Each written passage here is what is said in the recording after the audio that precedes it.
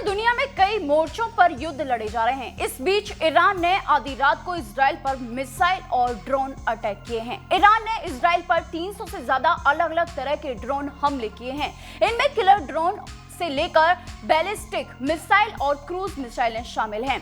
Jerusalem सहित Israel के कई शहरों में धमाकों और सायरन की आवाज सुनी जा सकती है। पूरे देश की किलाबंदी कर दी गई है। इजरायली सेना ने एयर डिफेंस सिस्टम को एक्टिवेट कर दिया है। सेना को हाई अलर्ट पर कर दिया गया है। कहा जा रहा है कि ईरान अगले कुछ घंटों में इजराइल पर और ज्यादा मिसाइल अटैक कर सकता है। इजराइल पर अंधाधुंध हमले कर रहे ईरान ने दो टूक कहा है कि ये इजराइल के लगातार किए जा रहे उसके अपराधों की सजा है। ईरान की सेना ने बयान जारी कर इस हमले को ऑपरेशन ट्रू प्रॉमिस का नाम दिया है। इजरायली सेना आईडीएफ के प्रवक्ता रियल एडमिरल डैनियल हंगारी का कहना है कि ईरान ने इजराइल पर सीधे हमले शुरू किए हैं। ईरान के किरल ड्रोन्स पर हम नजर रखे हुए हैं। ईरान के हमले में दक्षिणी इजराइल के सैन्य बेस को हल्का नुकसान पहुंचा है। इजराइल ने एरो एरियल डिफेंस सिस्टम के जरिए इन अधिकतर मिसाइलों को मार गिराया है।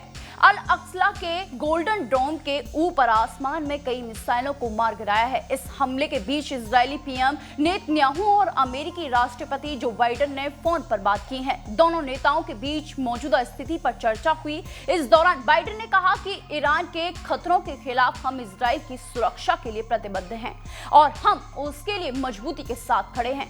संयुक्त राष्ट्र ने भी आज आपात बैठक बुलाई है। इन हमलों पर इजरायली पीएम बेंजामिन नेतन्याहू ने कहा है कि हमने देश के डिफेंस सिस्टम को काम पर लगा दिया है। हम किसी भी तरह की स्थिति से निपटने के लिए तैयार हैं। हमारा राष्ट्र बहुत मजबूत है, आईडीएफ बहुत मजबूत है और सबसे जरूरी हमारे लोग बहुत मजबूत हैं। इस संकट की घड़ी में हमारा साथ देने वाले अमेरिका, ब्रिटेन और फ्रांस सहित सभी देशों की सराहना करते हैं।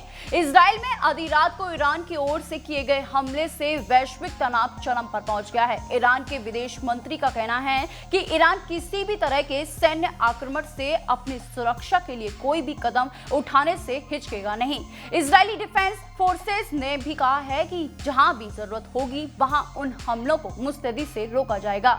इस संबंध में इजराइल में वॉर कैबिनेट की बैठक बुलाई गई है। ऐसी ही तमाम देश और दुनिया भर की खबरों के लिए बने रहिए आर्या न्यूज के साथ और आर्या न्यूज को जरूर फॉलो कीजिएगा।